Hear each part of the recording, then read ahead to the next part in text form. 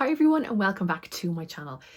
Happy New Year. I know it's a bit belated, but things have just been a little bit busy behind the scenes here. The last video I uploaded was me planting my bulbs in the ground outside. They're starting to sprout. It's very exciting, but it's very cold out today. Anyway, we're not going to have weather chats. So since then, things have just been a little bit mad, but for lovely reasons. So I'm not sure if I spoke about this here on my channel or if it was only on Instagram.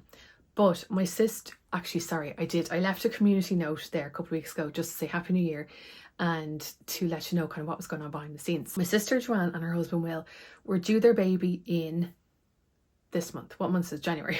So they were due around the 22nd of January. So in the first couple of weeks of December, Joanne was suffering with like back pain and she thought it was like acid and stomach pain. Anyway, long story short, she went in to get checked out in the hospital. Turned out that she had HELLP syndrome, which is like an aggressive form of preeclampsia.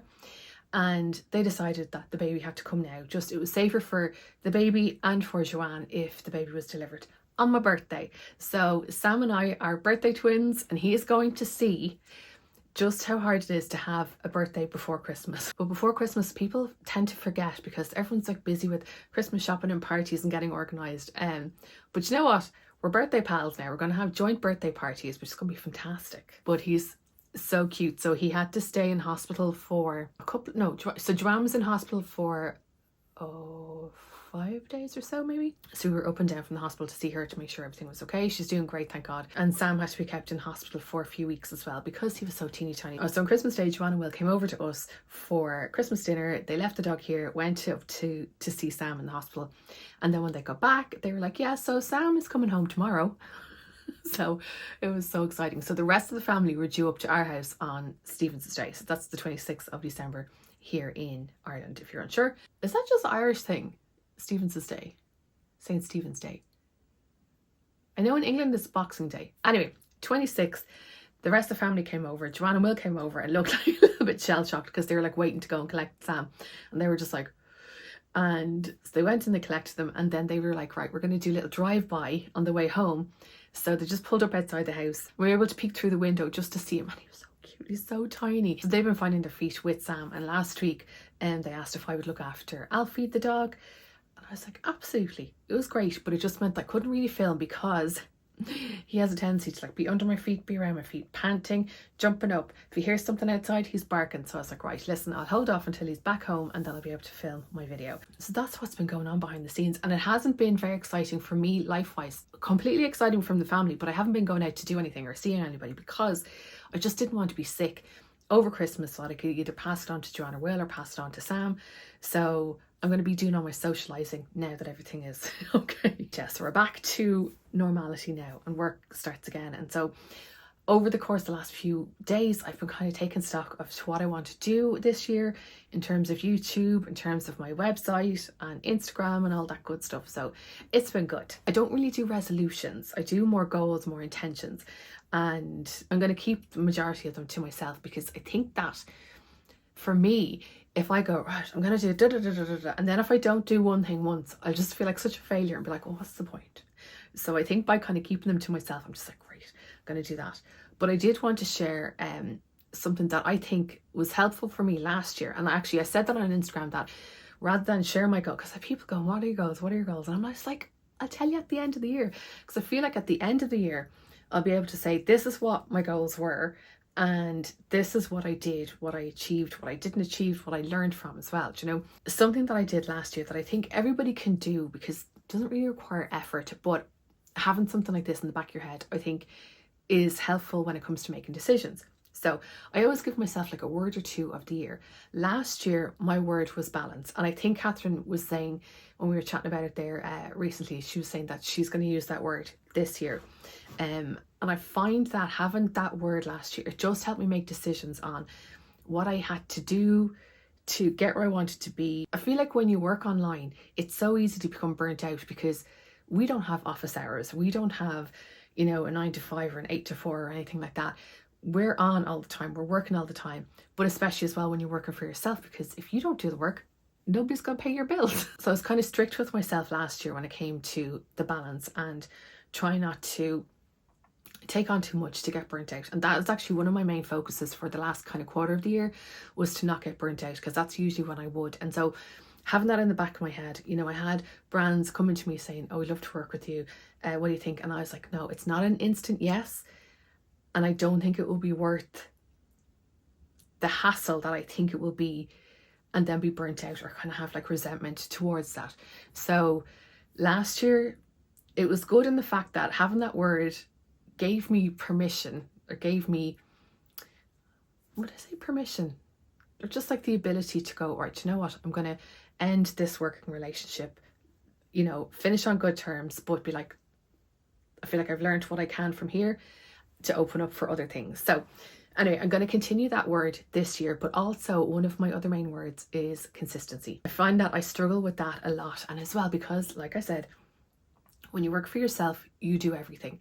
And I did do another video there recently, and I'll link it below in the description box, where I spoke about what is involved in my job. But basically I do content creation for myself, for brands.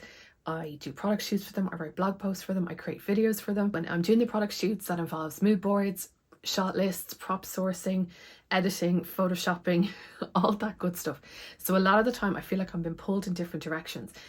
And because those are the things that pay my bills and pay my mortgage, sometimes I get pulled away from YouTube or for the website or for Instagram. By having balance this year again and having a bit more planning, I'm hoping that that will give me consistency, because I really do love uploading on here and I really miss writing consistently. As I said, I know I do blog posts for other brands, so I feel like I'm still writing anyway behind the scenes, but I miss blogging. I miss just chatting or just writing stuff out. And I actually did that last week, where I was just sitting, writing, typing while the dog was asleep beside me, and it was really, really nice. In order to have consistency, I need to have the balance. So I said to myself last week, I'd love to get back into doing weekly beauty videos, whether they're just like a product review, because I find, as you know, I have a tendency to waffle, and whenever I'm talking about a product, like, so for example, I'm doing right now a wear test of this new foundation. It's not new, it's a reformulated foundation from Rimmel, and on Instagram I don't feel like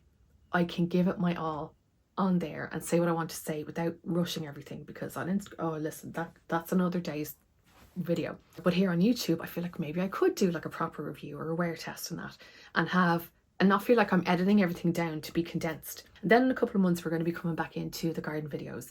And I felt, I know I spoke about that a lot on here, I felt there was a lot of pressure, self-imposed pressure on myself last year to do a weekly video. But a lot of the times here, I am weather dependent, as you know. And if I have other client work that's on or other paid work, I have to prioritize that, because as I said, those are the things that pay my bills. I don't make a huge amount of money on here. YouTube at the moment, it funds my seed obsession. What I don't want to do is every week feel like I have to film a video and edit it all in the one day. Then it starts raining and it's a lot of pressure, and it takes away the fun of gardening. And I do want to do a lot more projects rather than kind of like vloggy style videos. So I'm thinking, we'll see anyway, to do at least every fortnight, every 2 weeks. If there are weeks where I have like less on and I can do an extra video, happy days, I'll do that. But yeah, I just really want to get consistent on YouTube again, and on the website too. And I will be doing kind of garden blog posts over there as well. I'll leave my website linked below. I'm still in the process of like shushing it up and changing the branding, and I was playing on Canva with a logo there the other day. So I think as well, when it comes to balance as a word for me, I think it was probably like September onwards where I really realized that I was so used to putting everybody and everything before myself, and I would prioritize work over everything. You know, I'd get up and I would just start working instantly, and then I'd be like, oh, I don't have time to go for a walk, or I don't have time to do this. And in September I was like, right, I'm going to prioritize myself. And so I've been going for walks first thing almost every day. I feel like I'm getting my nature, my garden fix out there, because I live beside a park, and I suppose it's been a park that I have taken for granted for so long. I actually had one of those mindset shifts when I started doing the walks, because I would stick on the paths and I would just like go up and down and pound the pavement, and I was just so boring. Oh, just so boring. So I said to myself in September, when all the trees, like the colours of the leaves start changing, and I started kind of walking in among the trees. There's lots of little trails stuff in the park. I was like, oh, this is a bit of me. This is a bit of me, because I feel like I was looking around and I would like take lots of photos. I think now my phone camera roll is full of park photos as opposed to beauty photos, but it's what I felt I needed. I felt that I needed just that space, that I don't know, surroundment of trees, by trees. Doing that, and then also doing my morning pages. So I do morning pages every morning, and that's from The Artist's Way. And I do have a blog post that I'm working on for that as well. And I feel like with the walks and having that mindset shift of like going for walks for the enjoyment, I look forward to getting outside, even if it's raining or cold or miserable. That's like my little part of my day that I prioritize for myself before I get stuck into work for other people. So balance. And I'm consistent with that as well. So anyway, that's what. So I will be going through my seeds in the next like week or so, I think, to see what I have. And I have seeds that I actually bought some for Catherine as well. So I think we're going to be filming in a couple of weeks as well. So yes, I don't know. We were chatting about that there last week. I don't think we're going to be doing the monthly chit chat videos, because we'll just have to see how it goes. They might be a little bit more sporadic, but maybe they'll be a bit longer. We'll see. But I'm so excited to get back into the garden. And now it's sunny, and that just makes me excited. And also I have bulbs at the back that are starting to grow. And actually I was keeping an eye. So Alfie, when he was here last week, he had a tendency to go into the bed that I planted all of the bulbs. I was just like, get out of that. Get out. I'm also really looking forward to the earlier start. So it is getting a little bit brighter, just a few minutes every day. I don't like to go to the park when it's dark, when it's too early, because I don't feel safe. So I'm looking forward to be able to go there earlier and earlier every day and appreciate the grand stretch. So this is a thing in Ireland actually, that we usually start, I would say, around the end of January, where we see the evenings getting that bit longer, and then someone will go, a grand stretch in the evening. And so I'm looking forward to the grand stretch in the morning and in the evening, because it's pretty bleak out there. So to get me through the bleakness right now, I did purchase a couple of books last week. Will I show you? Okay, let me go get them. Oh yeah, so actually not garden related. Sorry, my hands are cold. I did buy this book. So this is Nathan's third book, and I did buy his two previous books. One of them is the air fryer cookbook, so good, and the other one is a slow cooker, but this is like a healthy, even easier slow cooker book. So I got that because the recipes are just easy. Sorry, they're easy, they're attainable. I don't feel like they need like loads of fancy ingredients. It's stuff that you would have at home anyway. I bought this one, The Cottage Garden by Claus Dalby. Now he has a YouTube channel that I really like as well, and he's very into like pots and stuff like that. So I feel like that's a bit of me. So I was like, this makes me so excited I'm just really excited to go through this and to get ideas, like planting ideas, because there's a lot that I want to do in the garden this year. Like, look, I'll leave all these books linked below if you want to have like a little look. Look. Like, is that not very enjoyable? Sorry, there. Sorry, I'm filming on the back camera on my phone and I can't see myself. I have a mirror behind me and I'm trying to see if I'm in frame. But like, see this? This is a bit of me, because it's like a bit of everything and you're always going to have like interest. But what I'm excited for this year, and it's one of like little projects that I have, I'm going to be taking out my good lens. You know, the lens that I got that I was doing like close-up shots and stuff, and really just taking loads of photos and like looking at plants and flowers that I've seen before, that have grown over the years, but looking at them from like close up, like all up in its face. I bought this Klein Grow Your Own Garden, and she's very into propagating plants. Now I did actually pre-order Anya the Garden Fairy. I'll leave that link below as well if you want to pre-order it. So she's on Instagram, she's on YouTube as well, and she has a book coming out in February, I think. And I'm very excited for that, because I really do want to propagate. I want to try to stop spending as much money on seeds and plants and see what I can do to be like a bit more sustainable. So this is how to propagate all your own plants. I only had like a little flick through these. I haven't had a chance to sit down properly. But like, look at that, leaf slashing in squares. And she's doing that with begonia leaves. Because wouldn't that be great to be able to like gift people plants, or like to experiment? That's what I really want to do this year as well, is just experiment a bit more. And then my final book is another one from Carol. So it's Life in a Cottage Garden, and I had a little flick through this. Oh God, this is just so cute. Sorry, I know I'm so awkward with this, But I really like the fact that she has it done almost like in a diary form. So Monday the 17th of May. So she's kind of talking about it. And I think that this is going to be a gorgeous book, like March Magnolia. Even when she's talking on Gardener's World or like on her YouTube channel on here, she's just really nice to listen to. It's very like, not musical, but like melodic, maybe that's the word. Oh my god, look at this now, sorry. So here she has the garden that she's working on, and then this is what it looks like after all the work.